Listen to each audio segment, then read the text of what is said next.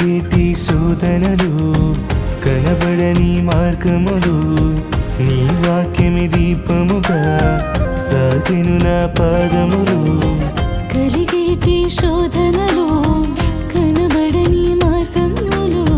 నీ వాక్యమి దీపముగా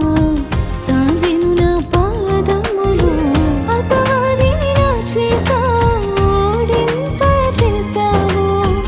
వాగ్దాన పూర్ణునిగా జయ జీవితమిచ్చావు అపవాదిని నా చేత ఓడింపజేశావు